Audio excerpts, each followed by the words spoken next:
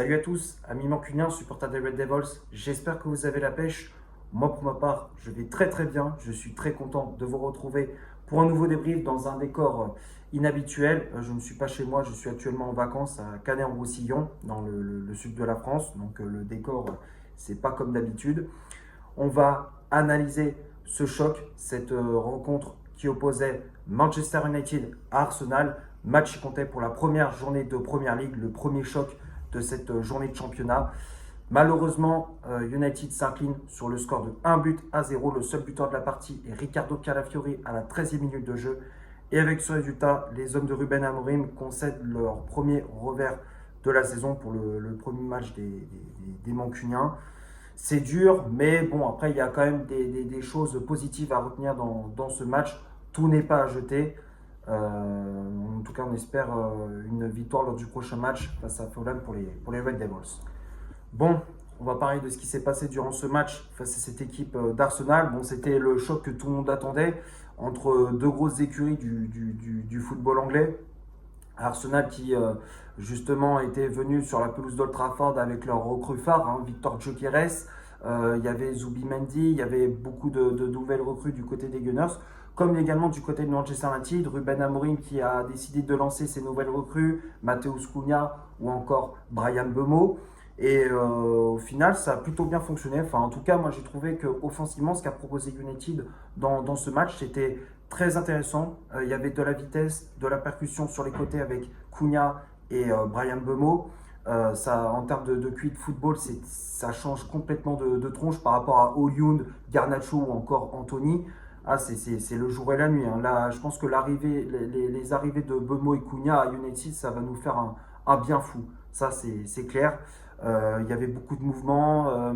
Tactiquement, on était plutôt bien organisé. L'entame de match était plutôt bonne de la part de United. On a eu beaucoup d'occasions. Malheureusement, on tombe sur un très très bon David Raya, le gardien d'Arsenal, qui a fait un très très gros match. Et malheureusement, on se fait punir à la 13e minute de jeu avec le but de Riccardo Calafiori sur un corner de la gauche vers la droite de Declan Rice. Bayendir qui pour moi fait une grosse faute de main, je suis désolé. Mais encore une fois, Bayendir, il fait une boulette qui est vraiment évitable sur sa sortie. Alors peut-être il y a faute de Saliba sur Bayendir. C'est vrai que quand tu touches un gardien, normalement l'arbitre doit siffler faute. Mais pour moi, il n'y a pas vraiment faute. Tu vois, je trouve que Bayendir, il n'est pas assez dur sur Saliba. Sa sortie n'est pas assez rude. Et pour moi, il n'est pas assez agressif sur sa sortie. Donc du coup, il se fait manger. Et puis derrière, Calafiori qui reprend ce ballon de la tête au second poteau. Donc Arsenal qui mène 1-0. C'est un coup dur pour les hommes de Ruben Amorim, puisque comme je disais, on avait bien démarré ce match. Malgré tout, on ne baisse pas les bras. Ça, j'ai remarqué dans ce match qu'on n'a pas à baisser les bras. On a fait preuve de caractère, on a montré beaucoup d'envie, le fait de se retrousser les manches et de repartir vers l'avant. Ça, c'est une bonne chose à retenir. United qui a eu des occasions avec Bryan Mbeumo, avec Patrick Dorgu qui avait à un moment donné trouvé le poteau de David Raya, Matheus Cunha également, aussi sur coup de pied arrêté avec Bruno Fernandes, mais malheureusement ça manquait de justesse dans la finition et puis dans les contrôles, enfin sur les coups de pied arrêtés c'était mal frappé de la part de Fernandes. Donc voilà, c'était frustrant. La première période de United était un peu frustrante. On aurait pu égaliser. Il y avait moyen de revenir dans ce match, surtout qu'Arsenal, défensivement, ils étaient vraiment prenables sur les contre-attaques, sur les transitions rapides. Ils étaient vraiment fébriles. Donc voilà, il y avait de la frustration. Donc à la mi-temps, 1-0 pour Arsenal. Deuxième période, c'est pareil. United qui pousse pour essayer d'égaliser, mais malheureusement, ça passe pas. Amorim qui fait des changements avec les entrées d'Amad Diallo, de Maguire ou même encore de la troisième recrue de ce mercato. Il s'agit du Slovaque Benjamin Seško qui arrivait en provenance du RB Leipzig. Donc Seško qui est rentré. Bon, moi je trouve que le timing par contre de ces changements pour moi il n'était pas bon. Amorim pour moi il a trop attendu dans ces changements. Déjà à la mi-temps il aurait dû faire entrer Benjamin Seško. Seško, j'aurais bien aimé le voir dès le début de la deuxième période, pour justement voir une connexion entre Seško, Cunha et Mbeumo. Tu vois, les trois attaquants ensemble, j'aurais bien aimé voir une petite connexion entre ces trois attaquants dès le début pour justement voir si ça allait fonctionner ou pas. Là, malheureusement, Seško a eu très peu de temps pour s'illustrer. Mais voilà, United qui, malgré tout, pousse, tente de trouver des solutions sur les côtés, à droite, à gauche, avec Cunha, avec Dorgu, avec Amad Diallo à droite également. Enfin, malheureusement, ça passe toujours pas. À chaque fois, Arsenal était sur le point de rompre, mais malgré tout, il résistait. Voilà, malheureusement, on n'a pas réussi à marquer. C'est frustrant. Deuxième période on aurait pu marquer avec Bemo, mais malheureusement, Raya, il nous a écœurés. Il nous a littéralement écœurés. On a eu beaucoup d'opportunités, mais malheureusement, c'est pas passé. Défaite de United 1-0, mais tout n'est pas à jeter. Tu vois, il y a quand même des choses positives à retenir. Défensivement, on a été très costaud. Sur les phases défensives, on a été très solide. Surtout Matthijs de Ligt qui a fait un très gros match devant Gyökeres. Il a fait un très très gros match. Il n'a pas lâché Gyökeres une seule seconde. Moi, j'ai bien aimé le match de Matthijs de Ligt qui a mis beaucoup d'autorité, beaucoup d'agressivité, beaucoup de caractère. Yoro également qui a fait un très très gros match derrière. Donc voilà, il y a quand même des choses positives à retenir. Après, il y a sur certains postes, il faut absolument se renforcer au milieu de terrain, comme chez les gardiens. Je suis désolé, mais Bayindir, Onana, c'est le même combat. Moi, je suis désolé, on ne peut pas repartir avec ces deux-là en tant que gardien de but de United. Je peux pas. Moi, je suis désolé, Bayindir, il n'a pas le niveau pour être numéro 1. Déjà, numéro 2, c'est limite, mais numéro 1, c'est pas la peine. Et puis Onana, comme je disais, je ne veux plus ce gardien. Donc là, il faut absolument, avant la fin du mercato, recruter un milieu de terrain et un gardien but. Ça, c'est clair et net. Il faut absolument se renforcer sur le secteur défensif et dans l'autre jeu des Red Devils. Maintenant, on va passer à la composition d'équipe que Ruben Amorim a alignée pour ce match. L'11 de départ, je l'affiche juste ici. Donc l'entraîneur portugais a aligné comme d'habitude son bon vieux 3-4-3 avec dans les cages Altay Bayindir à la place de André Onana qui n'était pas prêt physiquement pour jouer ce match. La défense à 3, à droite, c'était le français Lenny Yoro. Dans l'axe, Matthijs de Ligt. À gauche, Luke Shaw. Casemiro et Bruno Fernandes au milieu de terrain. Fernandes qui avait le brassard de capitaine. Diogo Dalot, piston droit. Patrick Dorgu, piston gauche. Et le trio d'attaque avec Bryan Mbeumo, ailier droit. Mason Mount, ailier gauche. Et en pointe, le Brésilien Matheus Cunha. Les changements effectués par l'entraîneur mancunien. Donc on a vu l'entrée d'Harry Maguire à la place de Luke Shaw en défense. C'était du poste pour poste qu'il a fait Ruben Amorim. On a vu l'entrée d'Amad Diallo à la place de Diogo Dalot. Ou Manuel Ugarte qui est entré à la place de Casemiro. Et pour finir, l'entrée de la nouvelle recrue, Benjamin Sesko à la place de Mason Mount.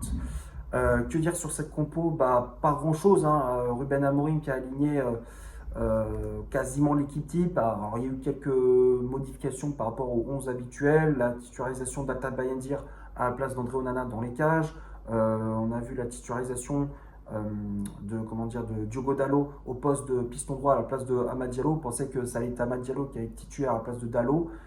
Finalement, il a préféré mettre Dalot dans ce rôle de piston droit. Après, au milieu de terrain, on pensait que Mainou allait rentrer en cours de match. Finalement, il a préféré faire rentrer Ugarte à la place de Casemiro. Bon, ça n'a pas été un bon choix parce que Ugarte, pour moi, il n'a pas fait une bonne entrée. Trop de déchets techniques, trop de pertes de balles. Pour moi, il n'a pas fait une bonne entrée. Manuel Ugarte, complètement à côté de ses pompes. Et puis même les changements, moi je ne comprends pas pourquoi il attend la 60e. Ruben Amorim, il attend la 60e minute pour faire rentrer Sesko alors qu'il aurait dû le faire rentrer à la mi-temps pour justement apporter un peu plus d'impact physique, un peu plus de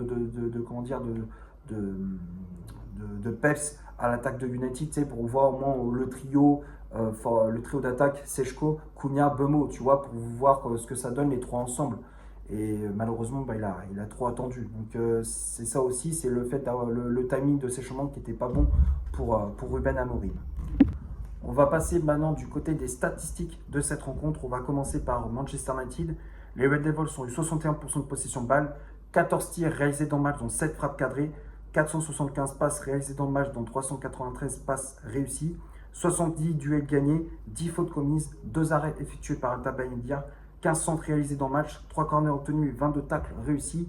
Et du côté d'Arsenal, 39% de possession de balle, 6 tirs réalisés dans le match, dont 3 frappes cadrées, 294 passes réalisées dans le match, dont 219 passes réussies, 53 duels gagnés, 19 fautes commises, 7 arrêts effectués par David Raya, 11 centres réalisés dans le match, 4 corners obtenus, 18 tacles réussis. Donc quand on regarde les stats, c'était clairement du côté de Manchester United. Possession balle était nettement du côté des Red Devils. Arsenal, ils ont rien fait.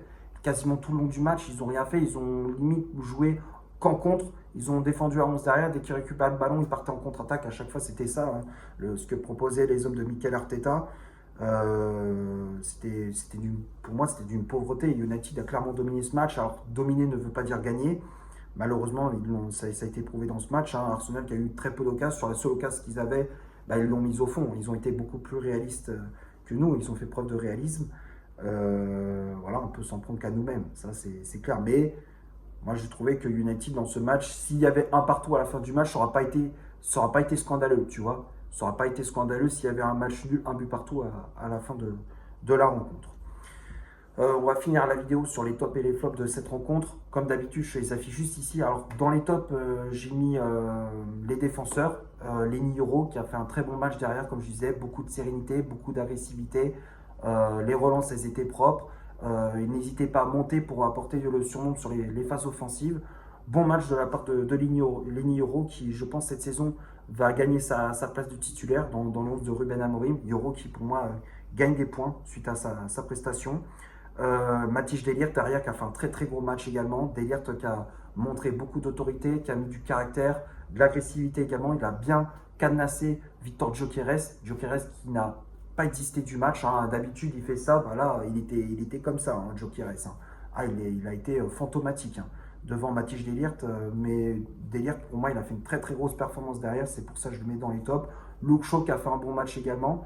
Le milieu de terrain, Casemiro, Fernandes, j'ai préféré la prestation de Casemiro à celle de Bruno Fernandes. Fernandes qui pour moi montrait beaucoup trop de déchets. Alors soit il avait énormément le ballon, mais je trouve qu'il a très très mal joué ses coups de pied arrêtés, ses corners, ils étaient très très mal frappés. Techniquement, il y avait trop de brouillon, c'était trop brouillon, ses passes, elles n'étaient pas justes, pas toujours dans le bon tempo, pas toujours dans comment dire, dans les pieds de ses coéquipiers. Fernandes, pour moi, il n'a pas fait un bon match. Il est passé au travers. C'est pour ça que j'ai préféré la prestation de Casemiro, qui défensivement a été très costaud, qui a fait beaucoup de retours défensifs. Offensivement, j'ai trouvé qu'il a apporté de la justesse technique. Il a gagné beaucoup de duels aériens. Moi, j'ai trouvé que Casemiro, il a fait un bon match au milieu de terrain. Les pistons Dalot et Dorgu, j'ai préféré la prestation de Dorgu à celle de Dalot. Dalot, il a fait un bon match, hein, dans son couloir droit. Il a apporté de la vitesse, de la percussion. Défensivement, il a été assez solide. Offensivement, il a apporté de bons centres. C'était juste ce qu'il a proposé. Mais Dorgu, pour moi, il a été meilleur. Il a été meilleur parce qu'il a mis beaucoup de vitesse. Il a fait beaucoup plus mal à la défense d'Arsenal que Diogo Dalot. Dorgu, il a été une vraie fusée. Comme je disais, il a apporté de la vitesse, de la percussion, des bons centres. Il a eu une très très grosse occasion en première période. Malheureusement, sa frappe s'écrase sur le poteau de Raya. Défensivement, il a été solide également. Non, Dorgu, pour moi, ça peut être la grosse surprise dans l'11 de Ruben Amorim également cette année. Dorgu, je ne serais pas surpris de le voir titulaire cette saison. En tout cas, s'il enchaîne les performances de ce genre-là, s'il fait ce type de performance chaque week-end, il mérite sa place dans l'11 de départ. Donc pour moi, Dorgu, je le mets dans les tops. Et puis les attaquants, Mount, Cunha et Mbeumo, les trois, je les mets dans les tops, hein. Mount qui a fait globalement un bon match, qui a apporté de la vitesse, qui a techniquement été juste dans ses passes, dans ses contrôles. Il n'hésitait pas à dézonner pour justement créer le désordre dans la défense d'Arsenal. Moi, je trouvais qu'il y avait une bonne connexion entre lui et les deux autres, Cunha et Mbeumo. En tout cas, Mount, je le mets dans les tops. Et Cunha et Matheus Cunha et Brahim Mbeumo, les deux, je les mets dans les tops. Pour moi, ils ont fait un très très gros match. Très très gros match de la part de nos deux recrues. Mbeumo qui a apporté de la vitesse, de la percussion, de l'intelligence de jeu, tout ce ce qui nous manquait cruellement la saison passée. Un joueur qui est capable d'apporter de la vitesse, un joueur qui est capable, qui est très juste techniquement, qui a un QI de football très élevé. C'est clair que quand tu compares Garnacho à Mbeumo, c'est le jour et la nuit. Mbeumo, il est 10 fois meilleur que Alejandro Garnacho. On l'a bien vu dans ce match. Les remises de la tête, elles étaient toujours dans le bon tempo, au bon moment. Les centres, ils étaient justes. Enfin, il a joué pas perso, il a joué collectif. Et ça, c'est important. En tout cas, bon match de la part de Brahim Mbeumo. Et Cunha, c'est pareil. Matheus Cunha qui a fait une très très grosse performance, qui a apporté de la vitesse, qui a à plusieurs reprises fait mal à cette défense d'Arsenal. Ça a été un vrai poison pour la défense des Gunners. Il aurait pu marquer. S'il avait marqué, ça aurait été magnifique pour une première en match officiel avec Manchester United. Voilà, en tout cas, Cunha, très très bon match. J'espère que ça va continuer ainsi. Et puis les remplaçants, Maguire, Diallo, Ugarte et Sechko. Bon, ouais, limite Diallo qui a fait une bonne entrée. Maguire, il n'a pas fait une entrée en jeu fou furieuse. Ugarte, il n'a pas fait une entrée en jeu exceptionnelle. Trop de pertes de balles, trop de déchets. Ugarte, il n'a pas été bon du tout. Et Sechko qui a été discret, mais bon, moi je n'en veux pas. Benjamin Sechko, j'en veux surtout à Amorim de ne pas l'avoir fait rentrer dès le début de la deuxième période. Je ne comprends pas pourquoi il a attendu la 60e minute pour faire rentrer Sechko alors qu'il aurait dû faire rentrer dès le début de la deuxième période. Voilà, je pense avoir fait le tour pour ce Manchester United Arsenal. J'espère que le débrief vous aura plu. Si c'est le cas, vous laissez un énorme like. Tu t'abonnes, tu n'hésites pas à me dire dans les commentaires ce que tu as pensé du match et de mon débrief. Partage la vidéo sur tes réseaux sociaux. N'hésite pas à faire un tour sur mon compte Instagram. Je te l'affiche juste ici. Et d'ici là, portez-vous bien. On se retrouve pour un prochain débrief. Ciao.